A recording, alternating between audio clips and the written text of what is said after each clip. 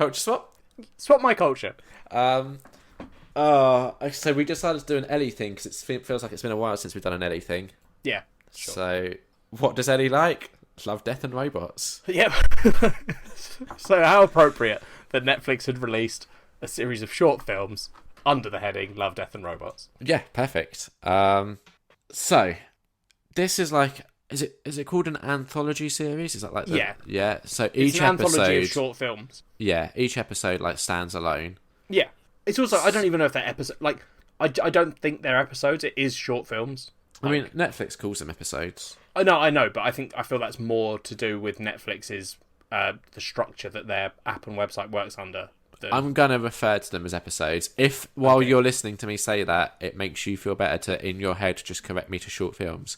I'm going to call them short films. So if in your head it makes you feel better to call them episodes, go for it. Exactly. Because what we like to present here at Nerd on Nerd is a confusing united conversation. Front. So that apparently there were different like orderings and stuff. You were telling me. Like, yeah. So initially, orderings. when this came out, Netflix were A/B testing like a bunch of different episode orders. Yeah. I said episodes, Liam, just to confuse the listeners.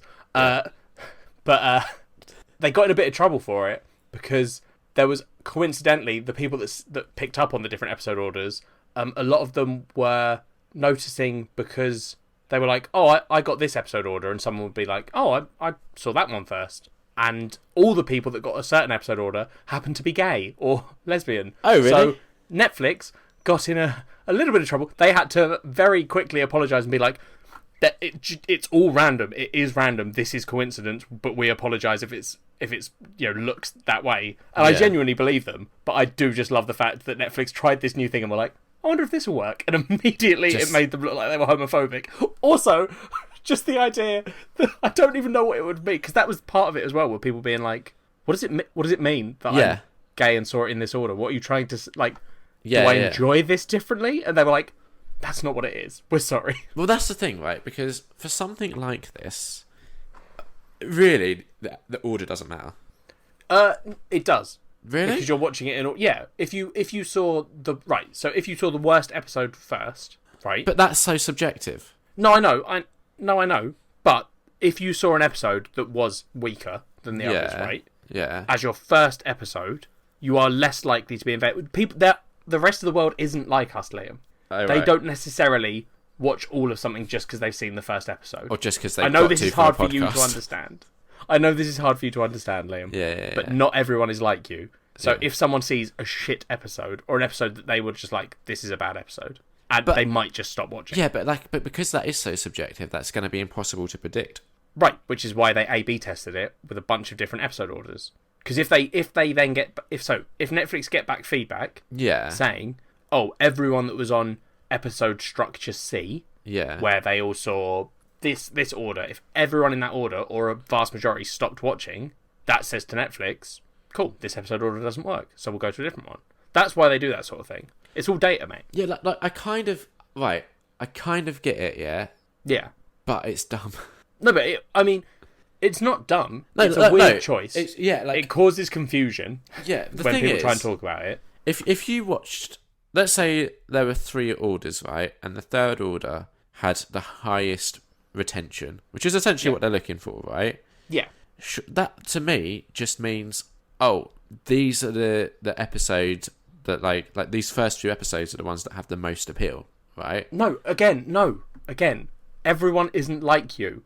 If a series gets bad halfway through, people will stop watching. Think about Kat, who has just recently stopped watching. What was it? Umbrella Academy. Yeah. So, after 2 episodes. Exactly. So people can stop watching at any point in the series. So what Netflix assumedly have found with their now fixed order, because it is now on a specific order if you go and watch it, assumedly they have found an order where, like, there might be weak episodes, but perhaps they're sandwiched between 2 good episodes. So people see a bad episode or a weaker episode and go, I'm not sure about this. And they see the next one and they're like, oh, you know what? No, it's redeemed itself. And if you can keep that going throughout a series, you're probably all right. It's just so weird. I don't know why you're... It is weird. I'm not disagreeing with you. But do you see what I'm saying? Like, yeah, but I think because with this show, because each episode is so distinct in very many ways, like it might have different like animation style, or each one is very thematically different, all these sort of things.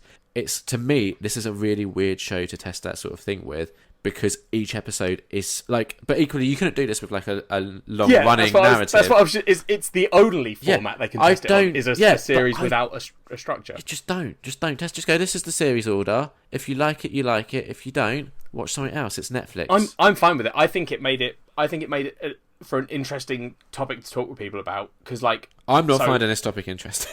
No, I know, but me and you got the same episode order, I think. And yeah, we did.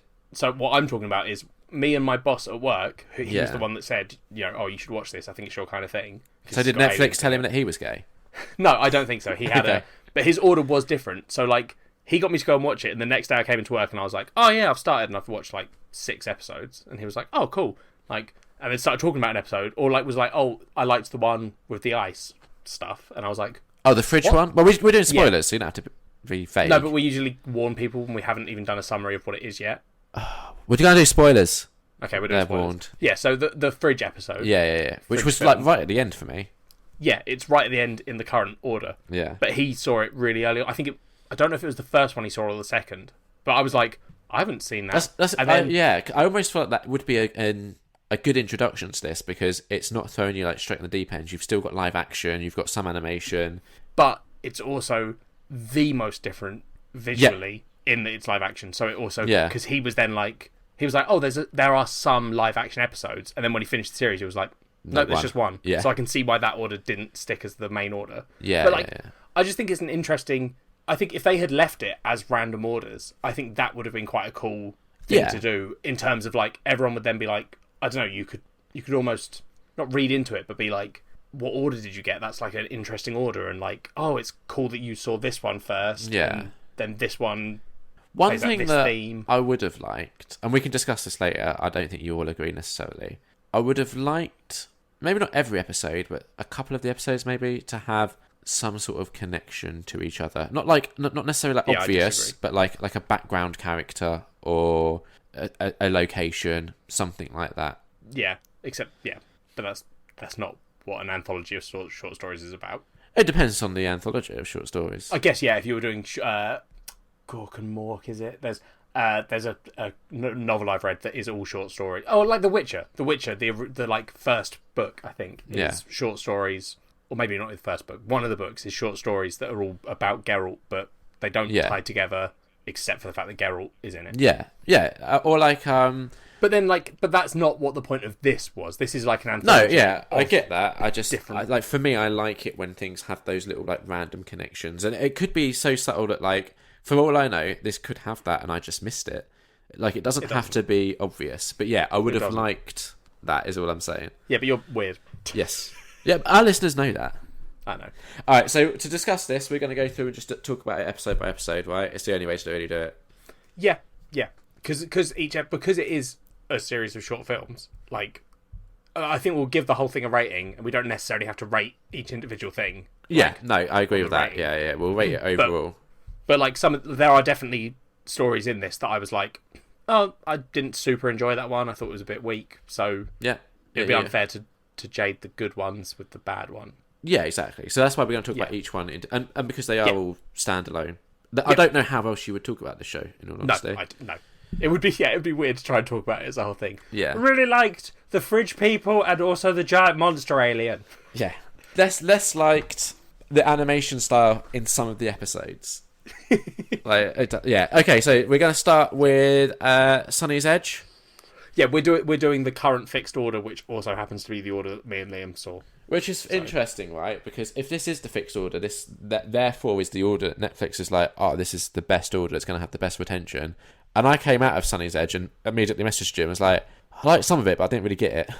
Yeah, but I don't think that this is your wheelhouse, particularly. Oh, it's not. No. Because it's very sci-fi heavy. Yeah. So, do you want to explain what Sunny's Edge was about? Because I still don't really get it. So, you know what So, me and Liam had a conversation about it. I will explain the episode in a moment. But me and Liam had a discussion about the end of the episode, which is... Yeah. And I've had someone else talk to me and agree with your viewpoint. And they also managed to persuade me that I might be wrong. And I was like, oh, okay. How did they do that? I've been trying to do that for like nearly 4 years now. I don't know. I need to know their secret. I don't even know if it's a convincing that I was wrong thing, because I wasn't like adamant that my interpretation was correct. Yeah, I don't remember what mine is. You were like, I don't. So basically, Sunny's Edge is they're in a futuristic universe where you see Sunny, who is this like scarred up girl. Yeah. Her two teammates. They're going into this big like arena. Basically, they're entering into this monster fighting league where these big giant genetically enhanced monsters battle it out for money. Yeah, and so a weird creepy guy starts off by approaching her and asking her a load of stuff, which sets up exposition for how she got her scars. But also, what did the creepy guy want? The monster? No. So the guy that like runs the league or whatever. Yeah. He wanted Sunny to throw the match. Right. Okay. Cool. Yeah. Because he's basically he's somehow invested in the other monster. So he's like, yeah, cool. You throw the match. I'll give you however much money. Sorted. And Sunny and her team are like, no, that's not what we do. We're here to fight. Yeah. We're going to fight. Yeah. Okay. So you get that. Yeah. Then you get to watch the monster fight, which is, I loved it. I thought it was a really good intro to this series because one of the things about this, I super love the graphics in this series. I think it's so impressive. Like the quality of the visuals is mind blowing, I think. Like it's not real. Yeah. Obviously. Yeah. But I think it's very impressive what they've done. I agree to some extent. Okay. That's fair. Yeah, like it is impressive, don't get me wrong. But there is a point, and not necessarily this episode, but some other episodes where I'm watching it and I'm like, why? Like, you could have just filmed this and then just added special effects in. It doesn't have to be entirely CGI. Yeah, but if you... why not? But why? But that's... I guess, why not? Why would you put live action in?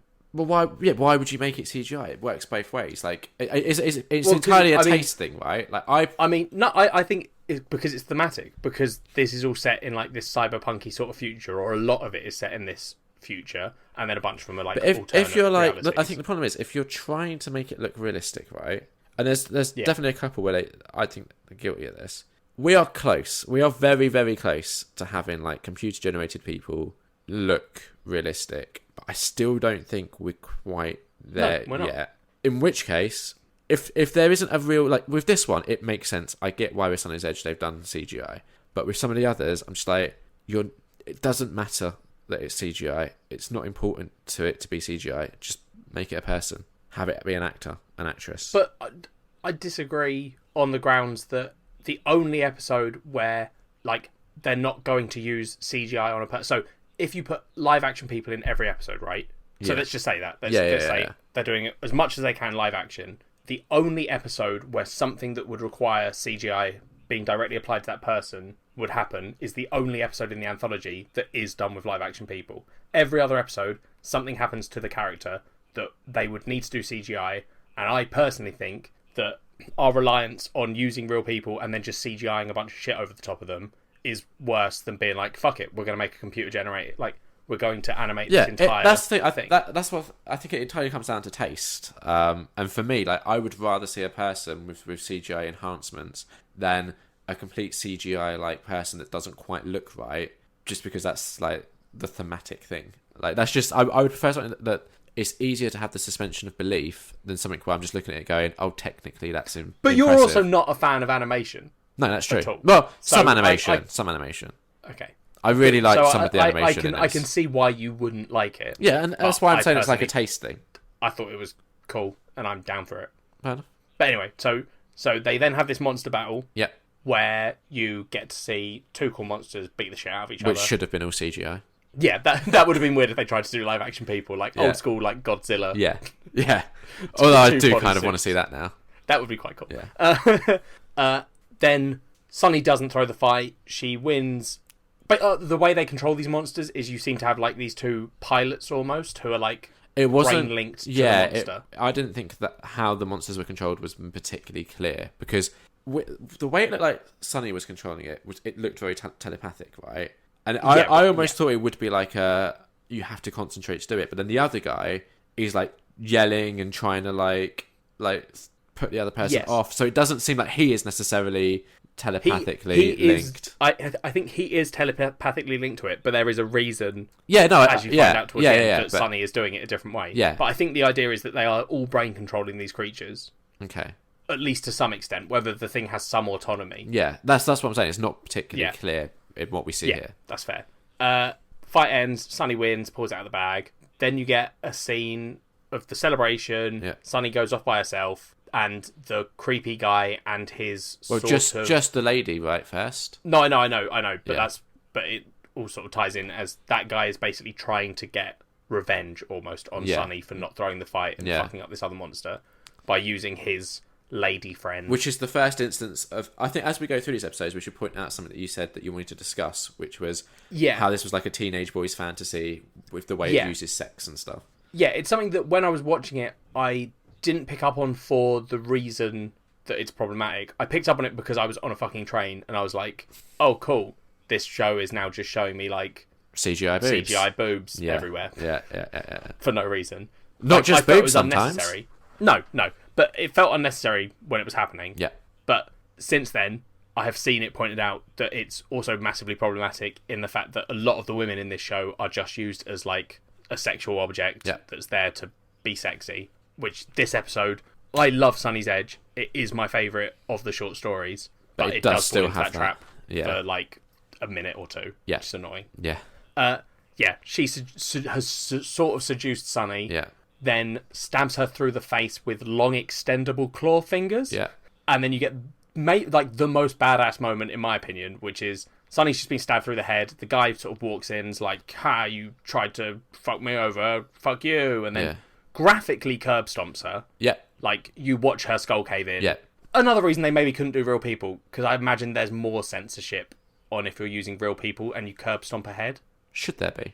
I don't know, but I'm just saying. I think they're probably. To be fair, I did say this. This is one of the ones where I'm like, I get them using CGI for it. No, I know. I'm just that wasn't me trying to like disprove a point or anything. I was genuinely like, I wonder if part of it is that you can't show as much violence as with CGI, but I don't know. I don't know the rules. There are films that do. I mean, Drive sort of does. Irreversible, Irreversible really does. So fair.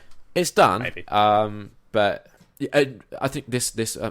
Even Walking Dead, but I think this is probably that moment of violence. I was like, oh, that is quite extreme. I wasn't expecting them to go that far with it, but ballsy. He curb stomps Sunny into the deck of this little room they're in, and then she gurgled like at a point where you're like, oh, she's dead. Yeah. She gurgles out, "That's not enough." He's like, "What?" Then the speakers in the room are all like. Basically, there's been this established thing that Sunny was abused and sexually assaulted as a younger woman. Yeah. She's got all these scars over her body where they like. That was that awkward exposition that you had earlier. I think I mentioned. Yeah. And then everyone says that's why she's so tough because she went through all this. Yeah. And then you get the computer speakers at the end saying, "Oh, everyone thinks that's why I'm tough. They think that's my edge, but my actual edge is that." That body that you've just beaten up is just a sack of meat. I'm the little chip on the back of its spine." Basically, to save her after she was abused, her friends put her consciousness into a computer chip, and she has been controlling that body the same way she controls the monster body. So her edge is that every time she's in the monster body, she could die. Yeah. So I think this is where we saw things differently, because I thought it was her consciousness was put into the monster. Yes. So, but you then get a cool scene where the monster then just shoots out these tentacle things and just kills the two baddies. And you're like, yay, Sunny's awesome, woo, and it ends. Yeah. I had interpreted it as Sunny is like this electronic entity who can... Because she's also in the computer system. Like, that's the bit... Or that's what it seems like. But I've had it pointed out to me by the other guy at work who watched it. He was like... Is that not just the way the monster speaks? Yeah. As in, the monster can't speak, it doesn't have a human mouth. Yeah. So when she's in the monster, she can use those speakers to communicate. Yeah. And I think that's probably right. I still think she's an electronic entity, but maybe it's not that she's, like, inside everything at the same time. She has to be in a certain thing. So she's in the monster, or she's in her own body. Yeah. Now that the body's dead, she's just in the monster. Yeah. I mean, it's still cool. It is. But equally, it does come back to that niggle of... could have been slightly more explained in some areas. But my argument against that would be... Oh, you like coming up with your own theories and all this No. That's also not what I'm going to say. I don't think that's the way short stories should work. I think Short stories, it's hard to explain everything.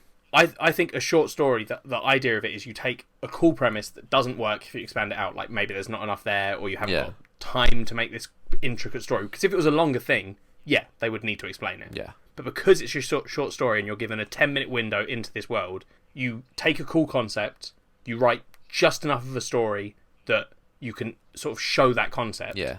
You don't have to explain all of the bits of it. Yeah. And I think, like, I can see the argument for wanting more explanation, and there are some, including Sunny's Edge, where I'm like, I wish this was a longer thing, and I'd love to see a Sunny's Edge movie or something. Do you think any of these will get turned into movies? No. Okay. I don't think so. Because it could be like a good, like almost like trial ground, right? Where you put a load of shorts out, and then depending on what gets like well reviewed or what people respond well to, you could then be like, right, let's build out of this. I can see it, and like I said, I would like Sunny's Edge to have that, and there's another one that I'd like as well to get either a series or a film. But I also don't want it, because then I think you're defeating the point of the short film. Like, if these were all just a sounding board of being like, what one are we going to make? I'd be less inclined to like it, because like, you're just using it almost. Yeah, like, it's like pilot season, right? But yeah, exactly. Yeah, we're putting something out, hoping you'll make a bigger thing.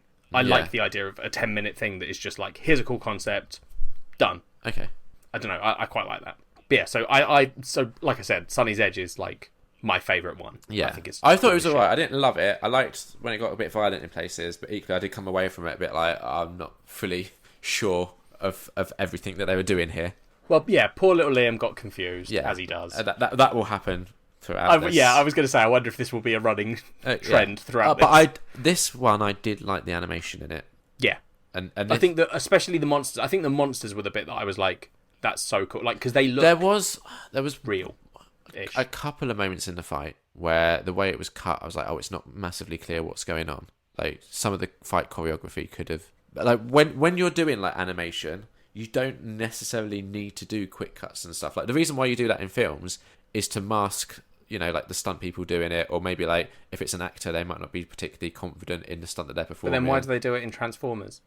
I really don't know. There must be a reason. I think it's to try and make it seem more exciting, but that doesn't, for me, doesn't. I mean, work. Sunny's Edge doesn't do it on like the key points. Doesn't do it a lot. No, there was a couple of moments where I was like, oh, that could have been a bit like the way you staged this could have been a bit different. Yeah, that's fair. All right, so next we have 3 robots, which was actually my favourite. I can see why. Why? No, that's not to you. I think a lot of people like 3 robots. It was good. And I like it as well. Yeah, it's basically something, because some apocalyptic event has happened. The world is now devoid of humans. And it's just 3 robots going on a little tour around and just sort of like figuring out, basically, like trying to figure out what humans used to do and why. And it's almost like this, like almost sightseeing like field trip to like the old human world, sort of. With like 3 very different robots with like each distinct personalities, and I thought the humour in it was really good. Yep. I love when one of the robots is like this sort of humanoid, like tall robot who looks really badass, and then they find this old like store that sells electronics, and there's this game console, and one of them's like, "Oh, that's your ancestor because you're the GTX whatever 3000, and this is like the GTX I think it was 2. Xbox, wasn't it? Oh, that's it. Yeah, Xbox. It's very close to Xbox. Yes. Yeah. And then he's like, "This isn't. How dare you? I'm not related to this." And he's like, "No, you are." Yeah. I liked all that. I loved all the stuff with the cats. I thought that was the cat stuff is fucking when hilarious. They're like, why did they used to pet them? And then they look and they're like, well, there used to be a card game called Exploding Kittens. So maybe if you stop petting it, it would explode. Just those sort of things, just brilliant. I liked how it all ended with just lots of cats wanting to be fussed. Well, just like you find out that the cats wiped out humanity because we gave them opposable thumbs. Yeah, and they no longer needed humans. And then the cat can talk. Oh yeah, of course.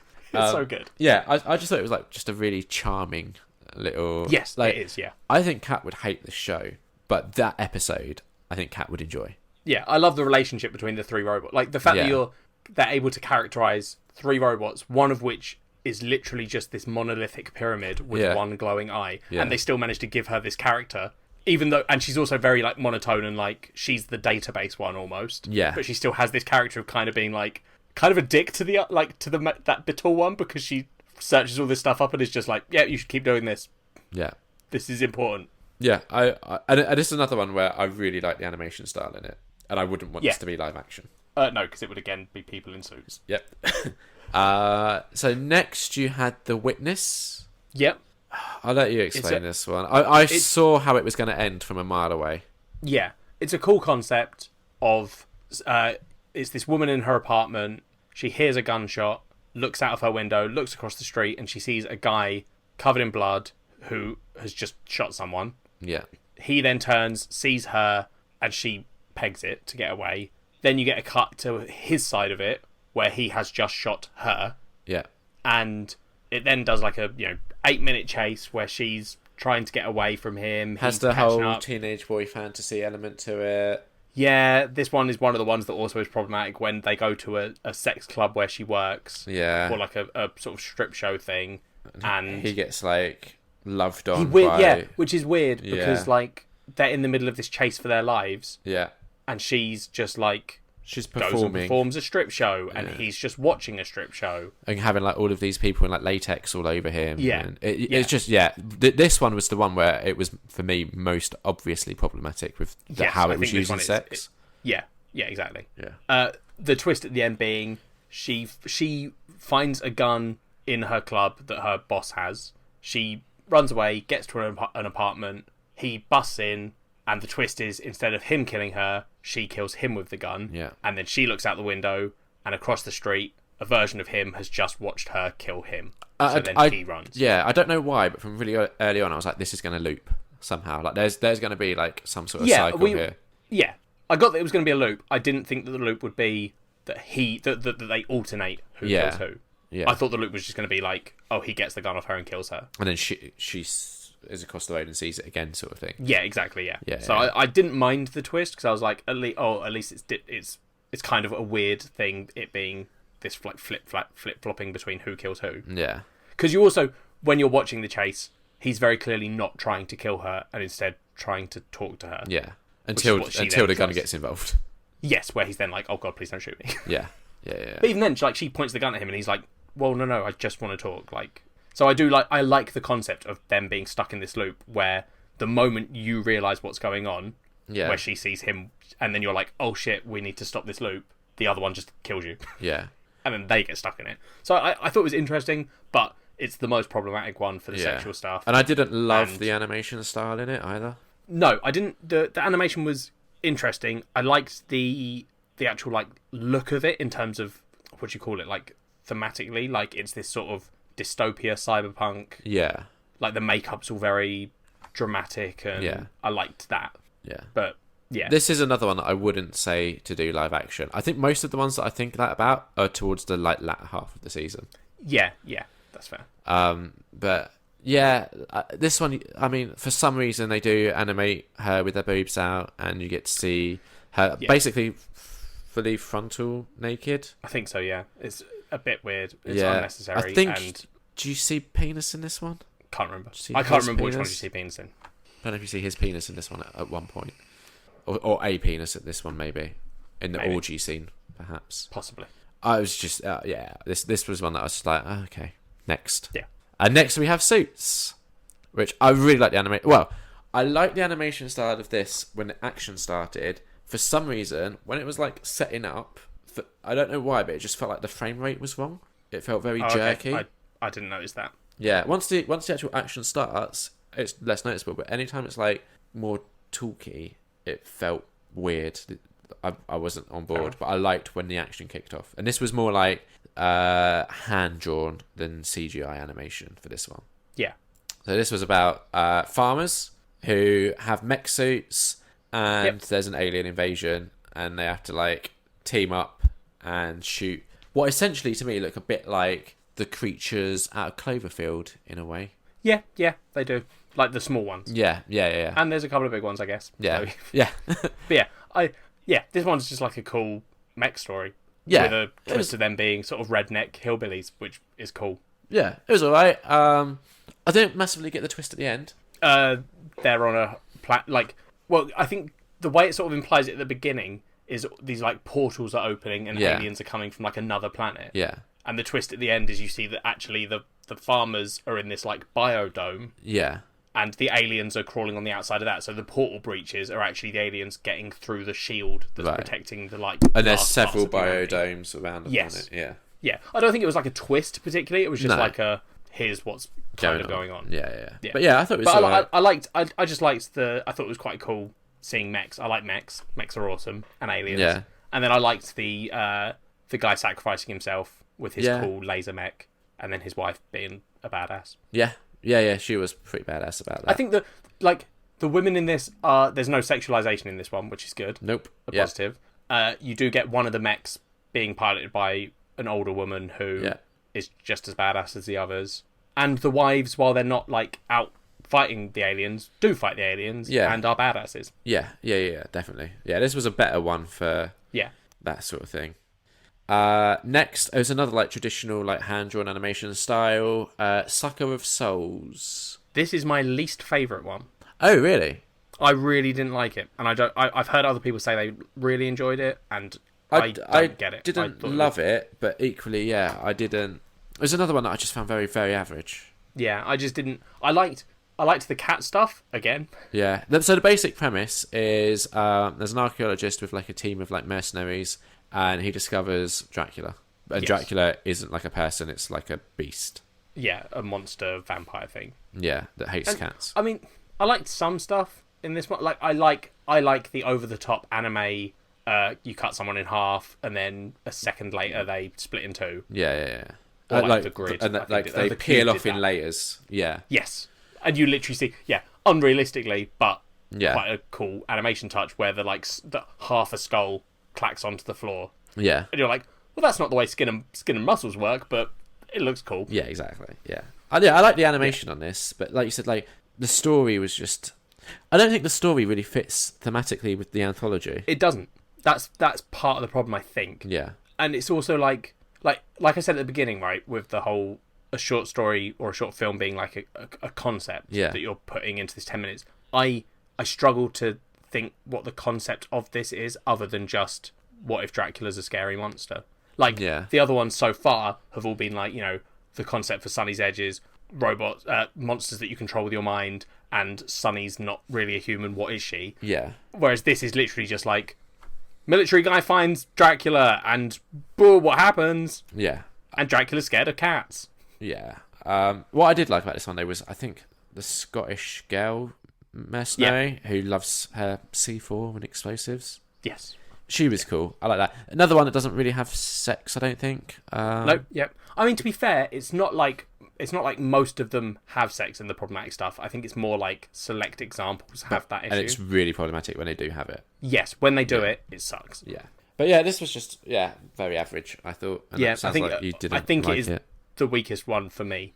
The next one's the weakest one for me. Yeah, wait. I think there is one that I keep forgetting is in the anthology. Is it the next one? I think. What is the next one? The next one's when the yogurt took over. Oh, I like this one. Oh, what? Because it's just a weird concept and I love it. I think it's like an interesting. It's weird like concept. 6 minutes long. It's stop motion animation, which is my least favourite form of animation. I think it feels that way anyway because it's like little. No, it's like little. No, it's computer animated. They look like the. It's not stop motion. They look like they're trying to replicate that sort of thing. No, it's because they look like the animation of Little Big Planet, the video game. I don't think you're right. That's what it looked like to me, like little like felt people essentially. No, I think it's more like the thing it reminded me of was sort of like Up, like with really? the way the character, because of the way the characters are built, they're sort of like stocky. I got way more of a like Little Big Planet vibe from it. I'm skipping into it to see. It's like I don't know, it's not. Like it isn't like to be clear. I think I maybe like wasn't clear at the beginning. It isn't stop motion animation, but to me it looked like they were trying to do that sort of thing. When you said it at the beginning, I was like, Liam's saying this is stop motion. No, it's like how Little Big Planet like tries to have cartoony themed. But they try and have like the fabrics look really realistic. Yeah, they have a lot of the like textured stuff look realistic. I didn't like any of this. That's fine. I think it's a cool, funny. I'll let you explain the concept. Short story. Scientists accidentally make a strain of yogurt where the bacteria in it is sentient, and then the yogurt takes over the world. It communicates by moving cereal in the bowl to spell out words, or at one point it blobbles out air that like pops through the yogurt and makes sounds. Yeah. It's just like fucking weird, but it's all in like 6 minutes as well. It's so short. Yeah, because it's fucking yogurt, Liam. It's dumb. I hated it. In those 6 minutes, you see the yogurt go from just sentient yogurt to it like manipulates the United States to it says to them the world's gonna like end effectively if you don't follow my plan exactly. I've got the solution to global warming and all that. They don't follow the plan. A load of bad shit happens. So they're like, well, maybe we trust the yogurt, and then the yogurt just takes over. And then I think there is a brief moment where someone speculates, wait, maybe did the yogurt know that all this would happen and we'd give it power? And then the yogurts leave planet Earth in giant spaceships shaped like yogurt pots. I hate it. It's so good. It's terrible. It's good because it's a twist on on that stereotype of like robots taking over the world, and like that sort of sci-fi trope of something else takes control and what does humanity do? And in this, it's fucking yogurt. I hated it. Well, that's just sad that you hated it. Yeah, and the only good thing about it was that it was so short. So it wasn't a lot to hate. It was like 6 Liam's minutes. Completely wrong. Do take everything Liam says with a grain of salt in this because it's sci-fi, so he's coming at it from a position where he already doesn't necessarily like it. That is very true. Yeah. If you like sci-fi, go watch when the day the yogurt's. I mean, I don't think it's the strongest one to suggest. It's not the strongest one, no, most certainly. No. Next we have Beyond the Aquila Rift. Yep. So, good concept. Sort of like in Alien, right? Where you go into like a sort of hypersleep when you're travelling much distance. Yeah. Grammar. Yeah. They put them into hypersleep when they travel for much distance. Yeah. And then in this one, they've gone off course for years and years and years, and they wake up, and then you have like teenage boy fantasy for ages, and then you have a really interesting reveal that just wasn't like enough. I didn't think I wanted to see more of like the actual where they were. I super love. Again, I really like the concept. I didn't like the middle bit where it's just being like sexy woman compliments man on how good he is at sex. Yeah, space. Tell our listeners what the compliment is. She says like I've never been fucked so hard in 0G. Or I didn't know you could break a bed in 0G. Something stupid like that. It's some like proper like wow, look how manly this man is. Yeah, like I have. And I think she pours champagne on her boobs at one point. Yeah. It's very much like it's created by someone that has a small penis, and they're like, but my penis isn't small because this woman is like, oh, you've got the best penis ever. It's like people that typically drive really loud, revved up cars. Yeah, that's fair. The bit that I do like in it is the twist of it. Yeah, which is I like the twist. So basically the three of them are in like this hypersleep state. Yeah, the person wakes him up. Yeah, and throughout the episode they try to wake up the other person that was with him. I think one of them's dead. Yeah.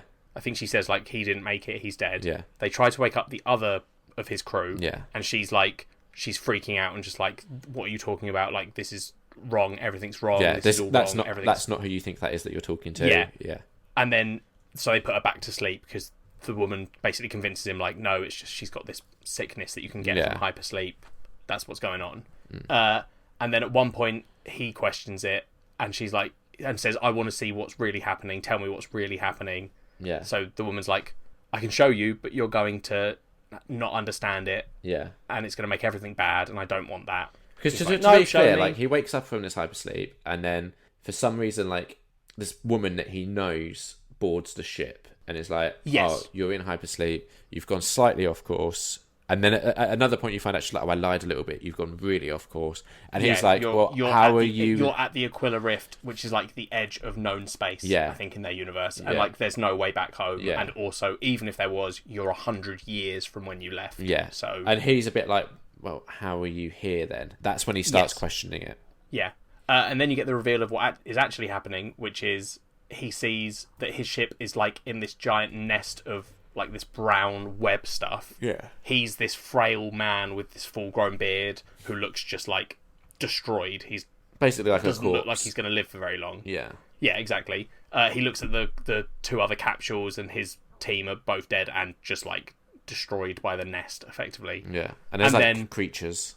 Well, there's the woman, Yeah. which is the woman is actually like this spider-like Yeah. monstrosity. Which, like, I've seen people saying like, oh, I don't know. I saw someone saying that she's like a monster and evil, and I didn't get that impression. I got the impression that she genuinely is like this lonely spider creature. Yeah. And the only way she can get people to not hate being there is by lying to them and making them think they're in a fantasy world. Yeah. So in that respect, I kind of get then there is a logic. You could then argue, well, that's why it's like a teenage boy's fantasy, because she just wants him to stay and she's giving him what he wants. Yeah.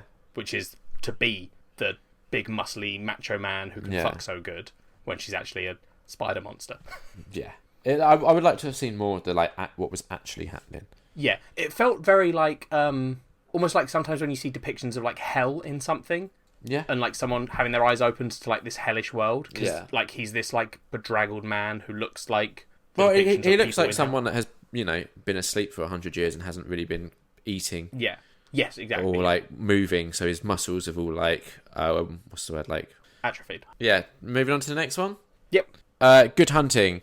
Sorry, back to the previous one. I did like the animation of it because I felt that they had a good job. But equally, that was definitely one that I'm like, you could have done this with live action. I almost feel like if you had done it with live action, it would have been harder to portray the frail version of him. It would have, but when you had the live action, when it then skips, when it like switches to what you're actually seeing, and then you have that all as CGI, that like juxtaposition, I think would have worked really nicely. Yeah, personal preference. Anyway, Good Hunting. This was like an anime style of animation. Yes. That I thought worked really well. I want to know what you thought of it. I really liked it. Oh, cool. Same. I think it's my second favourite. Yeah, really dark, like darker than I was expecting it to go. So it starts with this like samurai and a kid, and they're hunting this like essentially what he would describe as a succubus, but kind of isn't. But that's how he's describing it. They look like the sort of nine-tailed foxes from Chinese and Japanese, or maybe just Japanese. I can't remember. Basically, from they're described as like seducing men. Yes, the idea is that they bewitch men into falling in love with them. Yeah, and the only way to get rid of it is to kill them. Yeah. So then his kid, they're called Liam Huli Jing. Okay, cool. Thank you. His kid then has a chat with a young version of it, and the young version is like, "Well, that's your perspective. Let me explain our perspective." Yeah, which is like, we're doing fucking nothing, and these guys are just falling in love with us, and becoming obsessed with us, and what can we do, basically? And then his dad chops off her mum's head. Yeah, which is really brutal. Yep. And then, like, is it the Industrial Revolution? It was all steam and stuff. Yeah. So it's effectively like it time jumps to the Industrial Revolution, but instead of a R1, it's very cyberpunk version. Yeah. It's a steampunk. That's the word. Yeah. So everything's fueled by steam, but it's all very futuristic sci-fi. Yeah. But and he creates like these little like steam fueled like metal animals. Yeah, I can't remember what he described, because he's talking about like how he went from a monster hunter to a creator of these like robots, and how he's adapted. Yeah.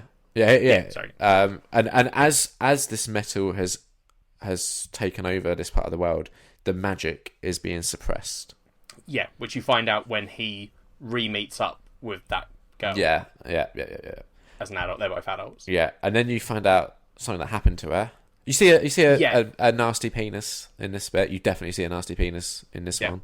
But yeah, I think she goes to his house or something, and he's talking to her, and then sees something wrong with her leg. Yeah. Then she lifts up the front of her dress slightly, and you can see that both of her legs are metal. Yeah. And then she says that basically this dude hired her to just hang out with him. Like, he didn't do sex or anything. He was just hanging out with her, and it was easy money for her.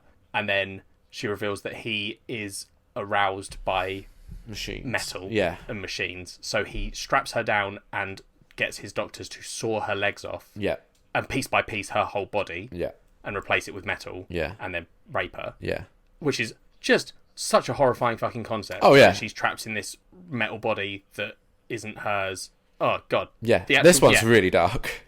It's really dark. Like, that's such a hideous, horrible thing. Yeah. Like, already the rape is bad, and then you move it onto, and also he stole her body. And she is awake when they're sawing her. Yes, she's awake through the whole procedure. Oh, horrible. Yeah. But then, the monster hunter guy she talks about how she lost her ability to transform back into. So the fox spirits, they look like people, but they can transform back into this like fox shape, which they can then go hunting in. Yeah.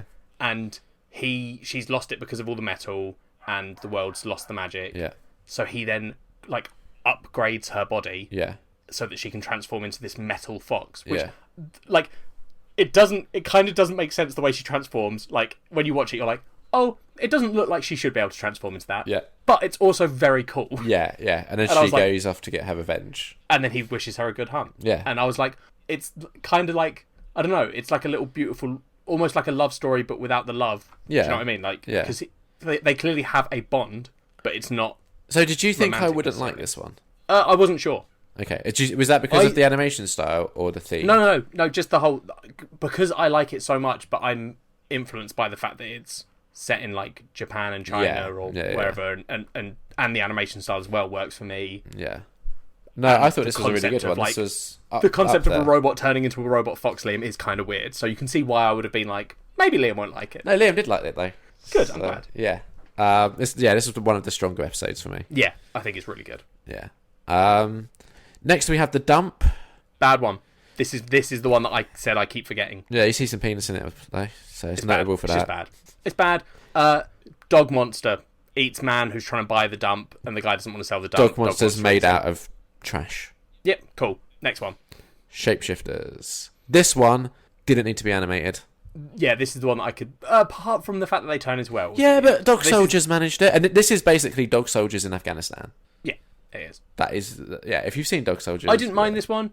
But I have then had it pointed out to me that this isn't problematic for the women stuff, but it is problematic for how like dude bro-y everyone is, including the like the mind. But it's a universe where werewolves exist, but they're kind of a minority, and people like bully them. Yeah. And even the like bullied minority in this universe are dude bros.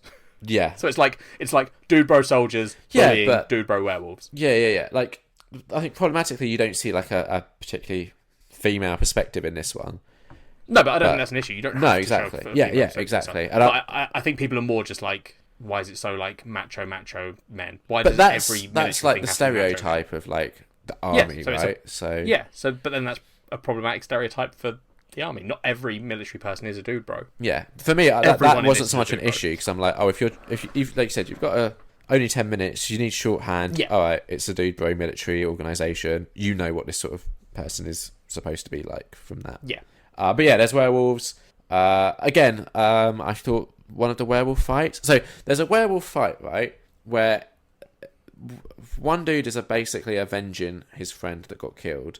Yep. But then two werewolves come, and for me, there was a bit where it was very unclear what was going on, just the way it was cut and edited and stuff. Well, it was just the Afghanistan werewolves, right? Yeah. But like, it wasn't very clear who was who in that fight and what was going on. And it could have just been clearer. Like when a third werewolf showed up, I was just like, the fuck did that come from? And Fair enough. It was just, it was an alright one. Like, again, I liked the werewolf fighting stuff, and 100% do that CGI, but the rest, don't see why it couldn't have been people.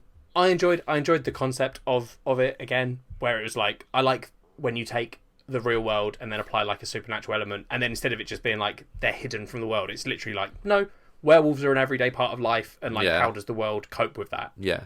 And then I liked the ending of him like walking back in with his friend's body, was it? Yeah. And just being like, kind of like, oh no, he goes and gets his leaves. friend's body. Yeah, and leaves. And it's just like, fuck all of you, and just walks off. And I was like, oh yeah, cool. Yeah. Next we have Helping Hand. Again, didn't need to be animated, I don't think. It was essentially okay, Liam. I'm bored of you saying that. I don't care. I'm just going to point out the episodes that I feel that for. I know, but it's all of them, Liam. It's not all of them. You said already. It gets to the end, and all the ones at the end you think shouldn't be animated. You don't need to say it, Liam. I'll call out the ones that don't need to be from now on, then. Yeah, cool, because it's less, right? It's about 50-50, in all honesty. Oh, for fuck's sake. Just change what you're saying. It's just boring me that every time we start a review of an episode, you go, didn't need to be animated. I'll leave it till the end, then. Yeah, just go through at the end. At the end, you can just go, didn't need to be, and then list them all. At the end of each episode, as we talk about fine, whatever. I don't care. Yeah. But yeah, I really liked the story. I liked the story of this one because it's kind of brutal and a horrifying idea. Yeah. Again, this is another one that I thought you were about to say no. No. This is another one that I'd do that and not worry about it. Almost thematically feels a bit separate from the rest of this anthology.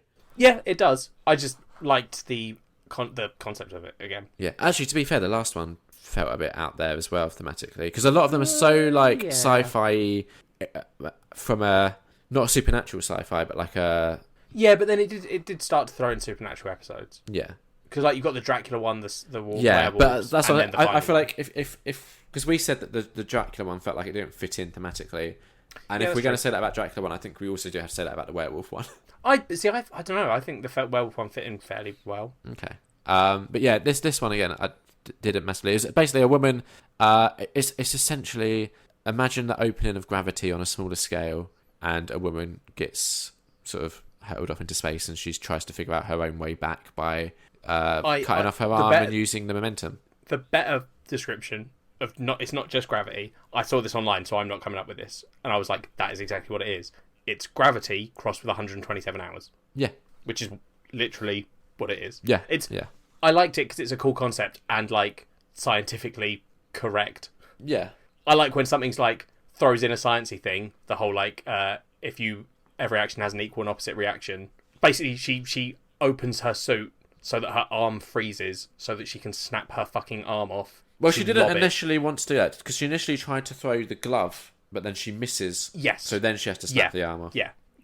And that scene of her snapping her arm off when it's like the skin has frozen, but the inside isn't like fully frozen yet, and that is very graphic and horrible, and also horrible for her.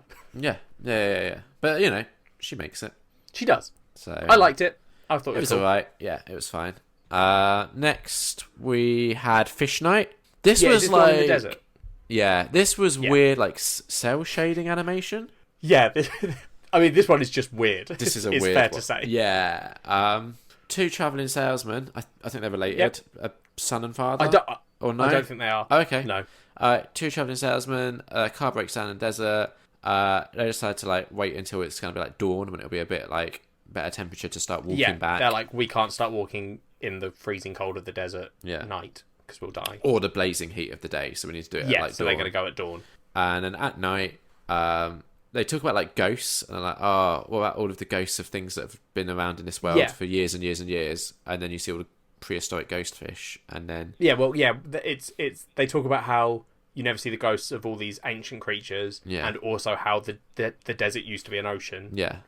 And then they see this like all these ancient prehistoric fish swimming around. It's all very beautiful. And then one of the guys goes swimming with them, and then gets... The most negative one is like, oh, I love it. And the other guy's like, yeah, it's really nice. And then the super negative one's like, I'm going to swim. And the guy's like, well, let's calm down. Maybe don't do that. And then he starts to swim. He turns into a sort of ghost, swims in the air, and then a giant fucking shark ghost eats him, and he dies. Yeah.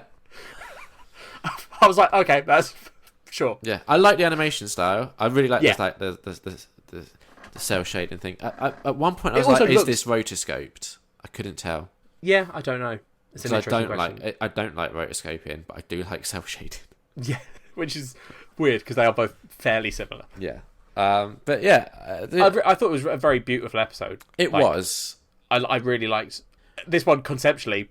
I don't particularly care. No. But I just thought it was very pretty seeing all the like glowing fish swimming around. I didn't know. Again, like anthology-wise, this one also stands out a bit because there's not really much like robots. I mean, to be fair, Liam, the title of the series is Love, Death and Robots, and each one takes one of those themes and runs with it. Some of them have two, some of them have three. Yeah, I'd say most have three. This one took love and death. Okay. So that's 2 out of 3. Ignored the robots. Didn't have robots. Only a few have robots. Yeah. Next is Lucky 13. I'm going to say at the start, this is the one I most felt like could be live action. This is the one about the spaceship. Yeah, I know which one it is. I really like this one. And it has but the girl... I was just thinking, I was like, yeah, it could work as like, yeah. Yeah, it has the girl from Orange is the New Black. Basically, she's a good pilot. Well, no. She is a good pilot. There's they're like transport ships who drop like soldiers into the middle of war zones and stuff and battles. There's one ship that no one wants to fly because it's had a run of bad missions where like everyone on board's dead. And its number starts with 13, ends with 13, and all of the numbers in it add up to 13. Yes, it's like the most unlucky ship. Yeah. In that way. So she gets, because she's the newest pilot, they always give the new pilot the bad ship, so they give her that one. Then on her first mission she flies it, she manages to get, she's the only ship that survives, and she gets out a bunch of soldiers, and then you see a couple of other missions, or one other mission where she saves people, and then you see her, the last mission she flies with 13, after she's got it's now gone from the unlucky ship to she's got it tattooed on her. They offer to up, they're like, we're getting in new ships, do you want a new one? She's like, nope, 13's mine. She's looked after me and I look after her. She flies into another mission, tries to drop off the soldiers, then it all goes wrong. They have to try and get away. The ship goes down. Everyone else is running away, and she's like, I've got to stay with 13. I'm going to blow it up. Yeah. And she sets up this timer, and the twist, you've been seeing throughout the episode, the film, you see shots that are from 13's cameras, as if 13 is looking and watching. And the twist at the end is she sets a timer on it, and the timer doesn't go off when it's meant to, and instead 13 waits until all these enemy soldiers are around it, swarming over it, and then blows up. Yeah. And I was like, that's a cool little twist of it's sort of sentient. 13 actually was kind of sentient, and was it meant to be, or is it just? I like that sort of thing. Yeah. It almost felt like it had respect for her because she has respect for it. Yeah, exactly. Yeah, she'd grown to love 13, and 13 was then looking after her, like she's been saying. So it was a really cool little thing. Yeah, definitely. I didn't really like it that much, just to make it clear. That's a surprise. Next we have Zima Blue, which is another one I didn't really like. Already? See, nah. This is one that a lot of people are putting as their favourite. What? Why? I don't understand people. Right, I know you don't. Here's the thing. So let me deal with this one then. Yeah, because you describe this it. is way out of your wheelhouse. This is completely... So, Zima Blue is about this famous artist called Zima who does really good art, but his artwork started getting these little blue squares in them right in the centre. Well, his art started on a lower scale, then expanded until he was drawing these huge pictures of the cosmos, basically, right? Yeah. And then the little blue thing started. Then a blue square appears in them. That blue square then slowly spreads in his paintings, taking up more and more space. It's a colour called Zima Blue, which everyone's it's the most beautiful blue. Only he uses it. It's this miracle colour.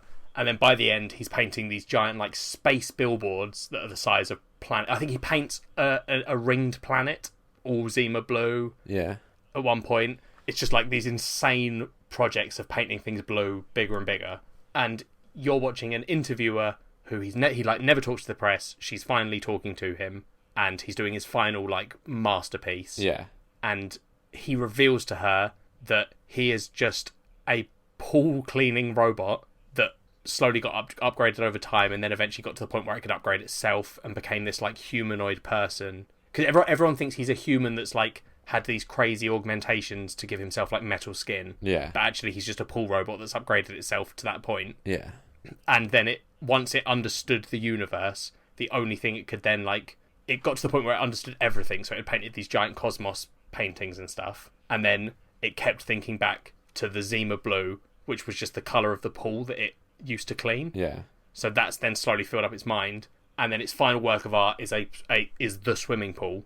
He dives in, his body like slowly falls apart until he's just the cleaning robot again. Yeah. Swimming around cleaning the pool. The reason I think people like it, Liam, is that this is the most thinky one. Yeah, okay. The reason you don't like it is because it's the most thinky one. Because like it's sort of talking about like the concept of AI, and this thing goes from a pool cleaning robot to understanding everything, and by understanding everything, it's then like... How did it become a man, though?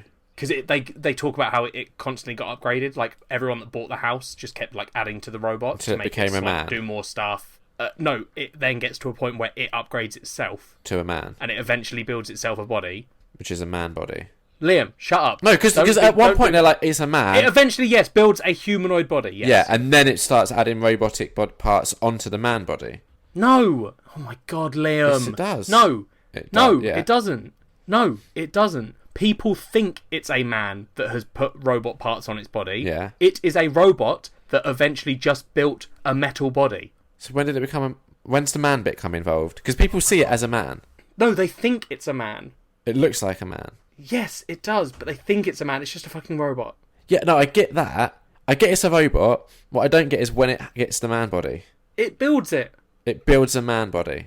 And then on top of the man body, starts adding on more robot bodies. So it's a robot in a man body and a robot body.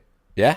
Sure. Okay. I don't think you're right, but okay, sure. You're not going to let me move past it, so yes. I'm trying to understand it. It's just, I don't know. Does that even happen? Is there even a point where you actually see a human body? Yes. Like at the start when she's talking about him being an artist and you see him and he is very clearly just a man doing stuff. Yeah, but if that's her talking about it, that doesn't mean it actually happened. That's what you see. No, but that's... Oh, my fucking God. For someone that thinks about films a lot and is meant to be all, like, fucking educated about it, sometimes you are just like, but they showed me a clip, so that's real. Yeah. No, because surely that's what I took from it, right? Is that Zima Blue, like Zima the story of Zima, is a story that has been built up around this robot. Yeah. Right? So she's telling us about his past and how he used to be this painter and you see a human, but in reality, he was never like that. He was always the robot, and the story that you're being told is like people remembering what he used to be like and being Zima must have been a person. You like it. Well, you don't like anything, so I don't care. You like it. That's the important thing. It's not one of my favourites, but I thought it was a really cool concept, and the fact that you got distracted by how it could be a man is maybe a damning insight into your brain. I didn't like any of it. Like, there's this overarching story of like I got it, and like the whole idea of like what that means. No, it doesn't sound like you did. It sounds like you got a bit caught up on is it a human? Yeah, no, I got it. Like the whole idea of the AI, and then eventually he's just like, oh, I'm just sick of being the best at everything. I just want to go back to just my little. It's very much like what I'm going through, where it's like I'm so sick of dealing with everything, so I'm just going to go back to reading like my little Goosebump books. Yeah, you're sort of like Zima. Yeah, except. I haven't reached that peak. Robot, yeah, and you're becoming a child. Yeah, but that is essentially what it is, right? It's regression. He's regressed back to where he started from. Yeah, but when he does it, it's sort of full of meaning, and when you're doing it, it's sort of just upsetting. Yeah, exactly. But yeah. I get it. Okay. Next, we have Blind Spot. I really like the animation style of this. It felt very much like those like late 80s, early 90s like kids cartoons, like Biker Mice from Mars. Yep. Yeah. So I love the anime. This is probably my favourite animation episode. The actual story was fine, but the animation was like awesome. Yeah. I'll let you explain the story. No, it's your turn. I've explained about five. All right. So basically, it's like three like robot dudes who are chasing a train, and it's got guards in it, and there's something in the train that they want to get, and then it all goes wrong, and there's lots of shooting, and it turns out there's like this big like mech defense thing on the train. And it like brutally kills. Oh no, there's four of them. Yeah. And it brutally kills like two of them, and then another one dies somehow. It just ends with like the rookie being like the only survivor and getting this like microchip that they're looking for, and they have to get it before the train gets to the end of the tunnel or whatever. And it's just like it's really exciting. It's really good. And then like you're like, oh, it's so sad that the cool guys all got killed. And then there's a little twist at the end. It's like, oh no, they're not dead. We uploaded their consciousness, and they're like, yeah, you did good, rookie. You should have read the contract. Yeah. I liked it though. I was like, oh, same. This animation is amazing. I mean, it is the most Fast and Furious of all of them. Yeah. So I can see why you liked it. Yeah, it is very, very. It is basically one long car chase shootout. Yes. Yeah, brilliant. It is cool. Yeah. And I like that sort of twist ending is not. It's not like it's just them making it not sad, but in like a very like no one knows why he was sad. Like everyone's just like, yeah, no, we're all robots, and we just get remade. It's fine. Like, yeah. How did you not know that? This one doesn't need to be live action. Very good. Next one. Oh, did Zima Blue need to be live action?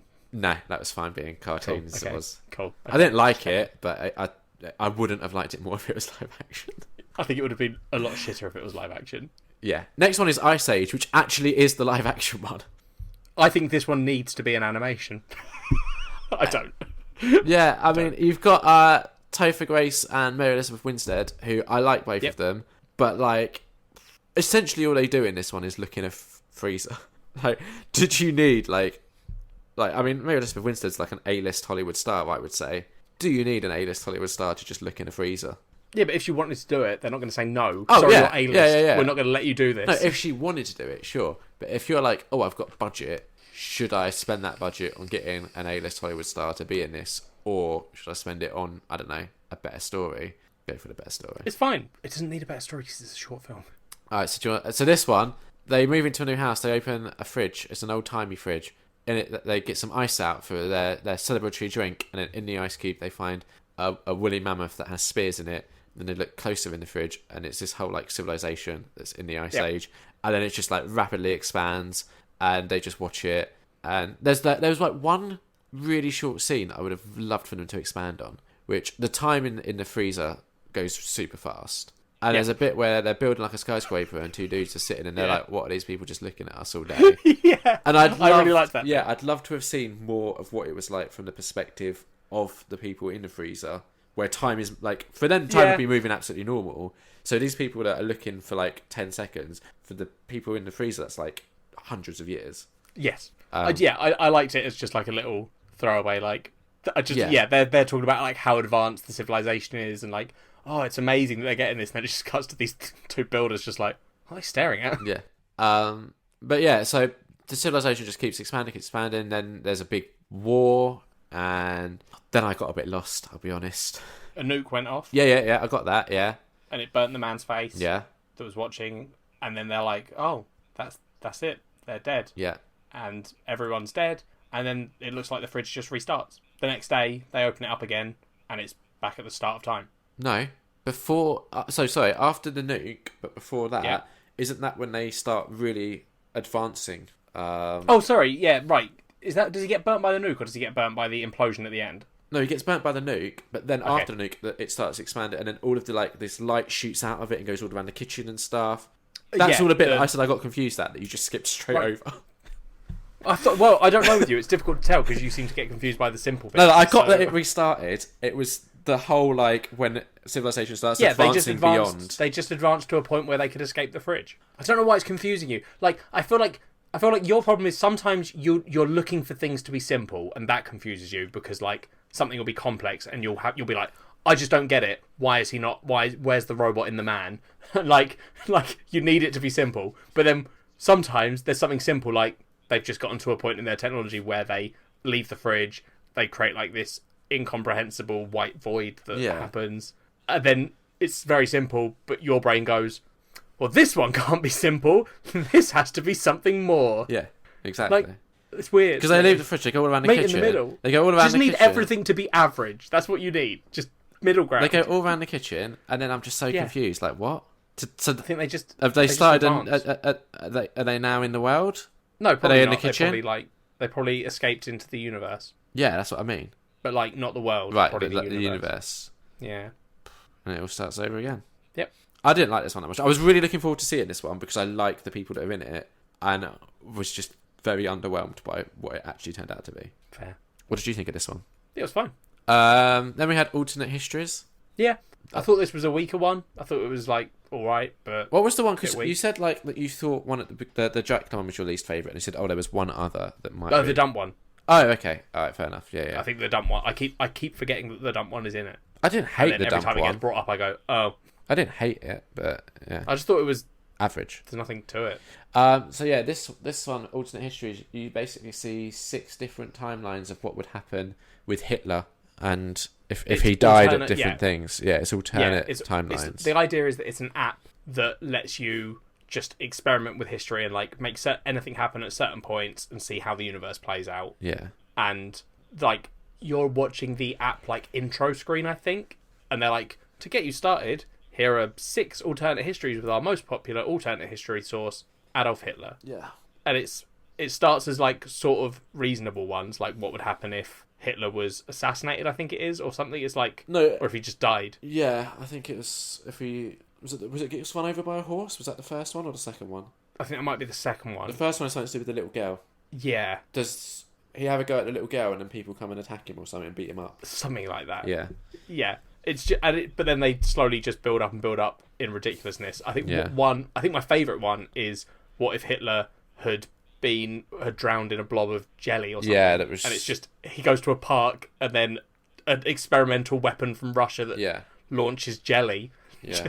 And then the Russians land on the moon. Yeah, well, there's the other one with the prostitute robots or whatever it is.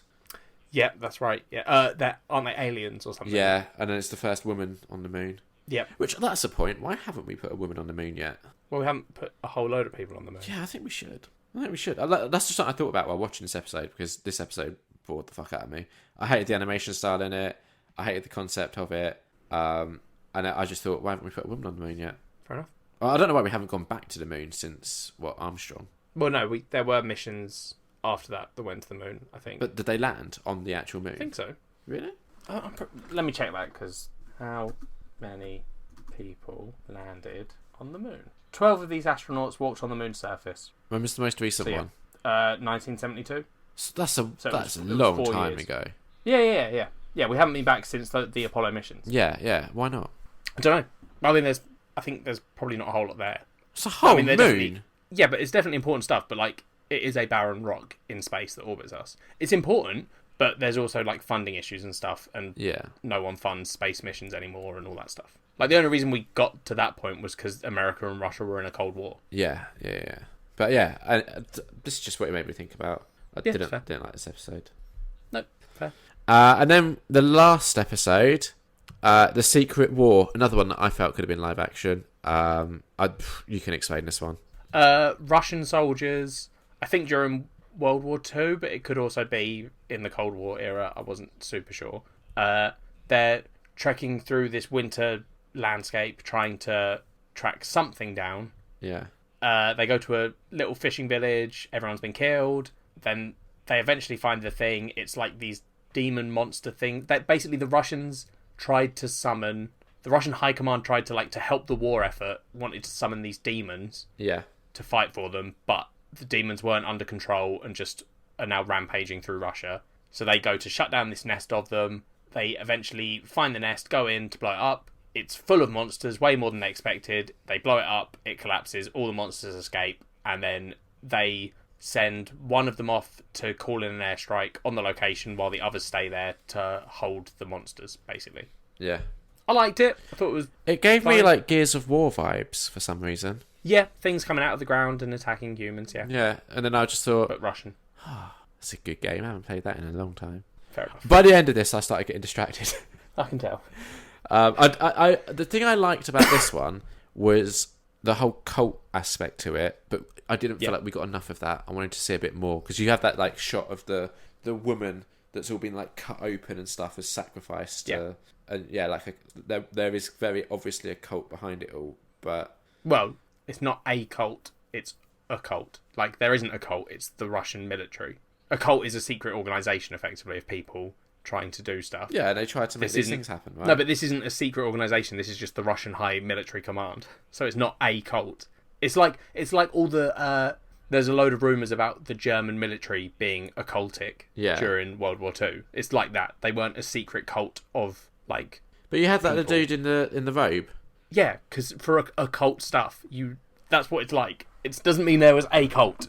You're mixing up phrases and terms. You don't have to be in a cult to do occultic stuff. But you could be. Yeah, but I don't think that was the implication at all. There were other robed people as well, weren't there? It weren't just one guy. Yes, but they're not in a cult. Oh my god, Liam. It looked You're like getting a cult. Caught up on the small details again. I didn't really like this one much anyway. That's a surprise. Fuck you. What did you think of this one? I didn't mind it. I thought it was fine. It's just average, right? Yeah. Yeah, like, I would have rather been playing Gears of War. Okay. Have you played that? Yes. That's a good game. Yes. Did you play like all... Oh my god, we're talking about Love, Death and Robots. I am very aware of that. So that's all of the episodes of Love, Death and Robots. We've discussed the problematic ones. We've discussed the ones that Liam thinks should have been live action.